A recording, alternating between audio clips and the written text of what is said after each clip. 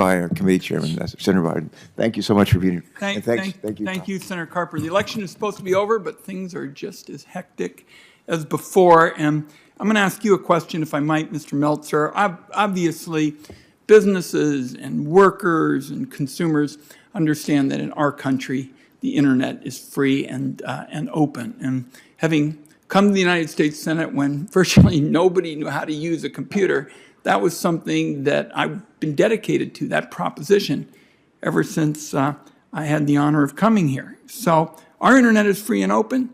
The communist China builds its great firewall higher and higher year after year, shutting out our businesses and crushing dissent.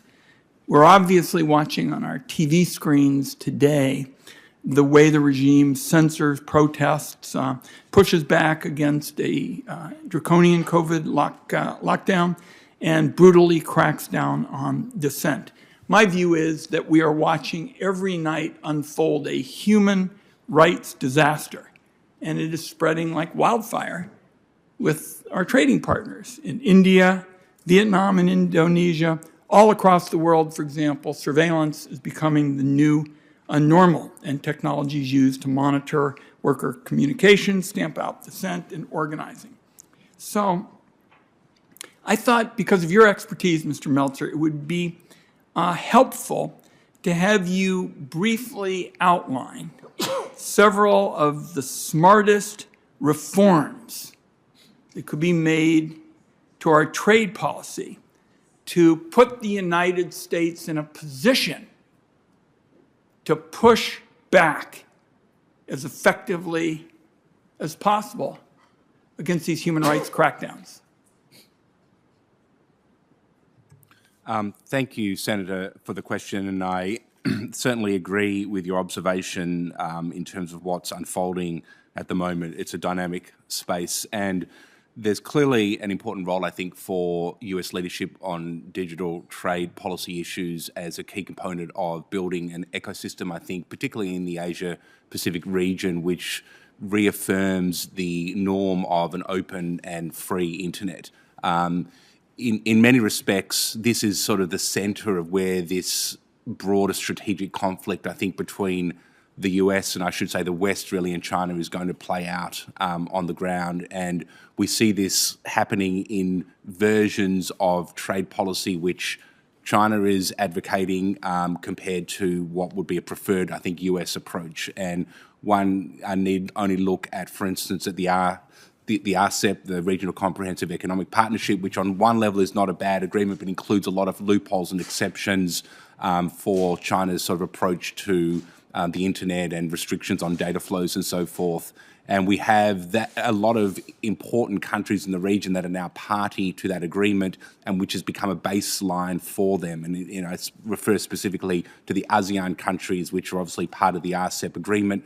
They're negotiating a digital economy framework agreement probably starting next year, and that will be their starting point and moving them towards a more a view of digital trade which is more consistent with the view that the United States has of what would be an appropriate way forward in terms of data regulation and free flow of data, I think, is an important objective here. And part of achieving that is going to be US re-engagement, I think, on digital trade policy in the region. So my time is going to run out shortly. You're a member of this committee in a hypothetical question. What kinds of changes to our trade policy would you advocate, to our digital trade policies, in order to allow our country to push back as effectively as possible on these human rights violations? Well, I think that it would require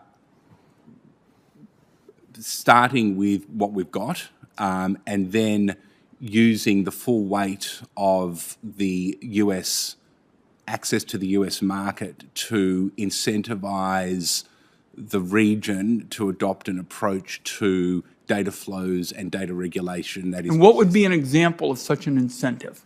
Well, I honestly think, Senator, that the US, I think that IPEF may get us part of the way there, but I think a comprehensive sort of trade agreement that built in a set of digital trade rules that built on USMCA, I think we need a lot more We've heard a lot more on this panel about what that might comprise, so I won't repeat that. But I think that the rules which are combined with enforcement plus the incentive of access to the US market as kind of the key piece that kind of incentivizes compliance with the rules would be part of the kind of comprehensive. We are very much interested in incentives here in the Senate Finance Committee. The reason we got a breakthrough with respect to clean energy, policy is we wrote a piece of legislation that said the more you reduce carbon emissions, the bigger your tax savings. So you got us at hello on the proposition that incentives are a good thing.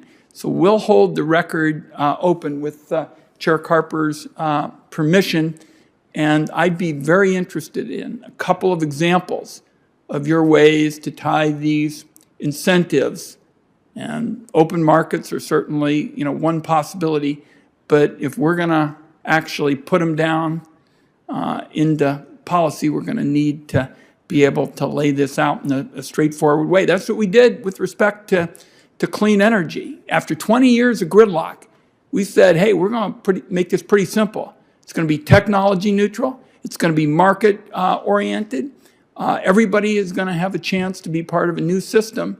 But the incentive is you get the tax savings if you do what the public needs so desperately, which is to reduce carbon emissions. So if you can give us something that resembles that as it relates to digital trade markets, we will give you a parade and a hot fudge sundae, okay? Well, that's a great incentive for me, Senator. And I will add on the incentive front that there is an infrastructure component here, which is really a development issue in a lot of the world still. When we talk about digital trade issues for a lot of the world, getting access to the internet, sufficient broadband is very crucial. And I think there's a role here for the US to play a more significant place in supporting the infrastructure build and the investment that's needed in the digital space as well, which would then support the apps and the content and the services after that. Thank you. Mr. Chairman,